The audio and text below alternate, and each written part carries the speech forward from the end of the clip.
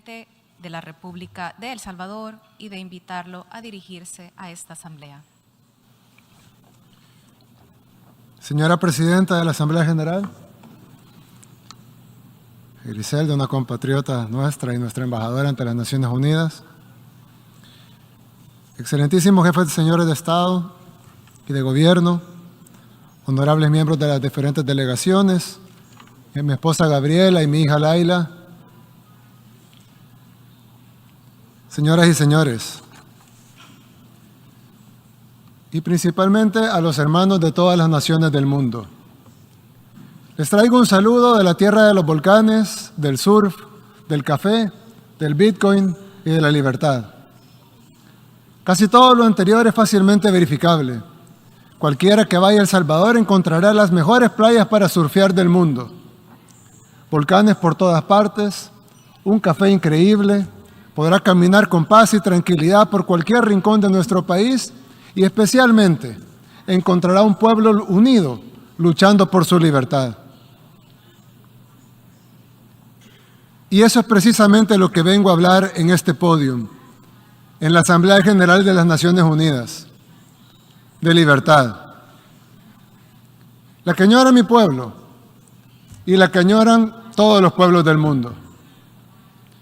Y es que libertad es una palabra que se dice muy fácil, pero que requiere de lucha, perseverancia y muchos sacrificios para que sea verdadera.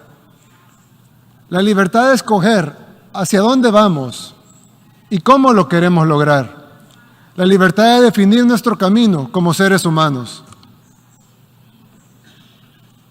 Pero para ser libres, como mucho de lo que nos define, depende de cómo nos ven los demás, pero principalmente de cómo nos vemos a nosotros mismos. Por lo tanto, además de decidir que queremos ser libres, es requisito indispensable que los poderosos respeten nuestra libertad.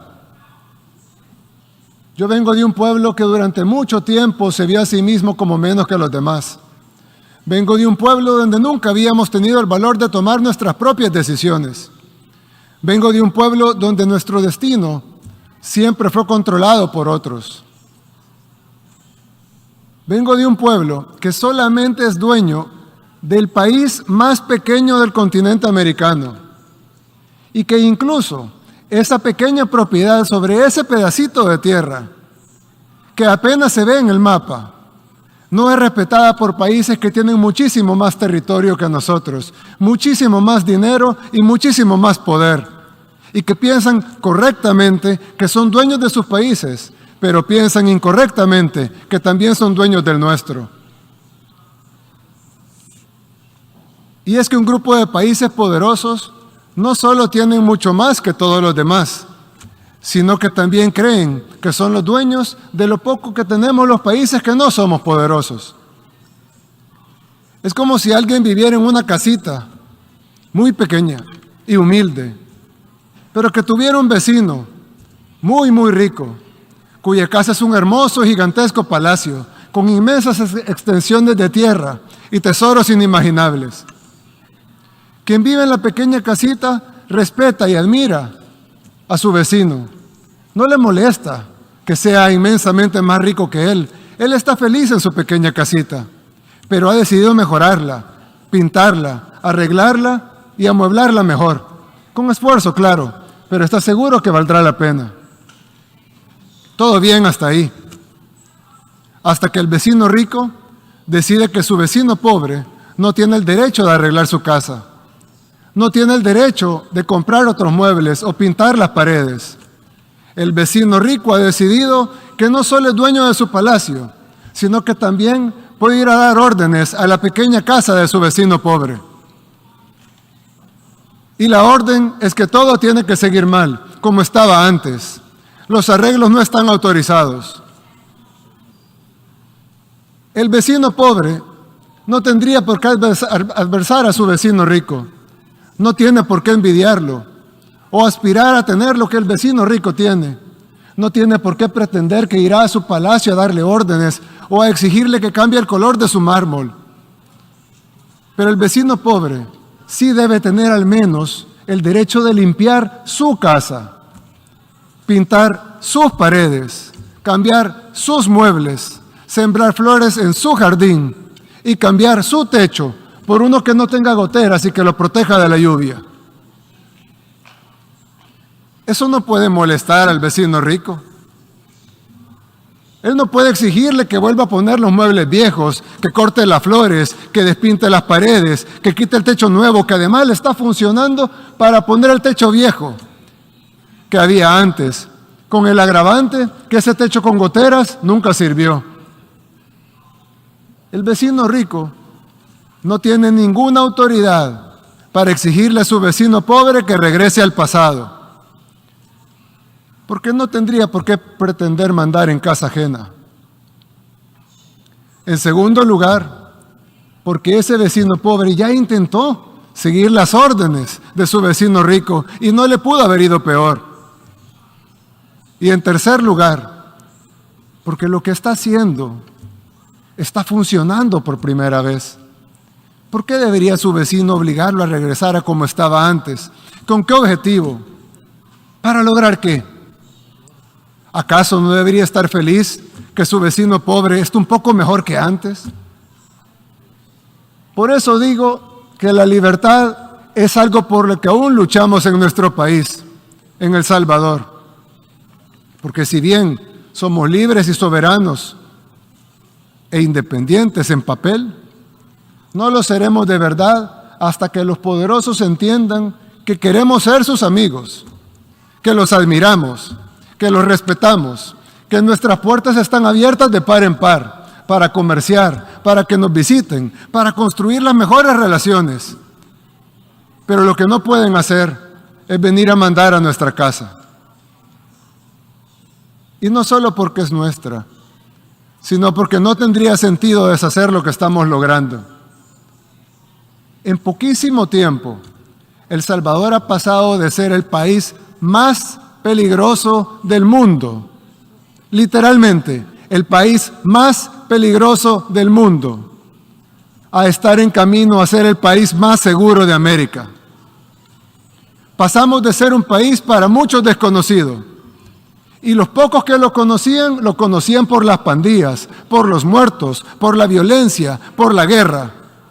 Pasamos de eso a ser un país conocido por las playas, por el surf, por sus volcanes, por su libertad financiera, por su buen gobierno y por haber acabado con el crimen organizado.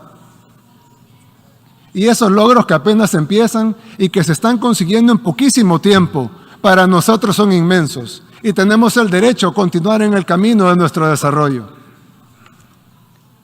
Por eso dije al principio que la libertad es algo por lo que aún luchamos, porque todavía necesitamos que se nos reconozca nuestro derecho a ser libres, a ser independientes de verdad. Quise utilizar este podio para decir estas palabras, porque tal vez no solo resonarán en mi país, El Salvador, sino también en otros pueblos del mundo, que como el mío, quieren construir su propio camino con libertad. Unos podrán hacerlo antes, otros después.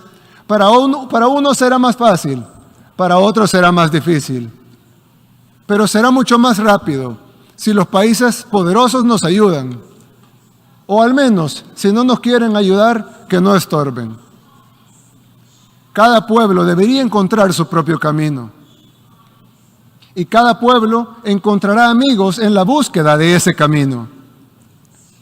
A esos países, humildemente les ofrezco la amistad de este pequeño país, el más pequeño del continente americano, el país del surf, de los volcanes y de las pupusas.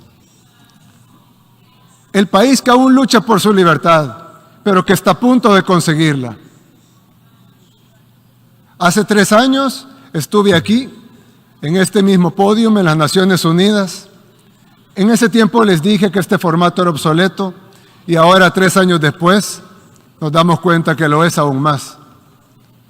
Pero tal vez aún sirva de algo, tal vez sirve entre muchas otras cosas para que este representante de este pequeño país, el más pequeño del continente americano, humildemente les recuerde que estas Naciones Unidas no se crearon para dividir, para destruir o para someter, sino para relacionarnos, para trabajar juntos, para construir una mejor comunidad de países y para buscar soluciones a los problemas del mundo.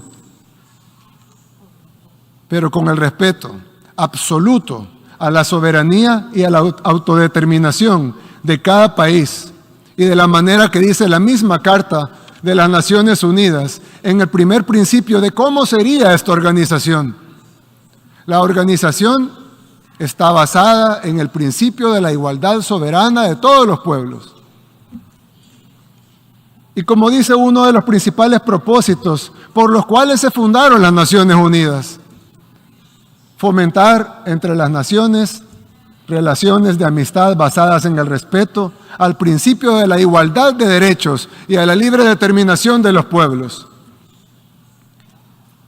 Tal vez el cambio del mundo unipolar al mundo multipolar del que tanto se habla sea mejor si en lugar de pasar a ser de una superpotencia a varias superpotencias, pasemos mejor a un mundo en donde cada pueblo es verdaderamente libre de construir su propio camino y donde en esta comunidad de naciones aportemos todos, los grandes y los pequeños, desde nuestras experiencias y nuestras capacidades, a solucionar los problemas de la humanidad. Nadie pudiera estar en contra de eso. Pero al igual que con la libertad, fácil es decirlo, pero difícil es que sea realidad. Vine hasta acá a pararme en este podio en un formato en el que ya no creo, para decir algo que lo más probable es que de todas maneras no cambie la forma de que los países poderosos ven a los demás, pero tal vez sí cambie la forma en que los países en vías de desarrollo nos vemos a nosotros mismos. Si después de estas cortas palabras se ha logrado algo de eso, o al menos que un puñado de individuos que se verán a sí mismos con respeto y que sepan que son capaces de construir su propio camino, entonces valió la pena venir hasta acá, a hablar en este formato obsoleto. ¿Y quién quita? Tal vez con el tiempo, tal vez surgen otras naciones, surgen otros pueblos que también decidan luchar por su libertad. Y entonces, las Naciones Unidas habrán vuelto a ser relevantes, al menos para este humilde servidor. Muchas gracias y que Dios bendiga a todas las naciones del mundo.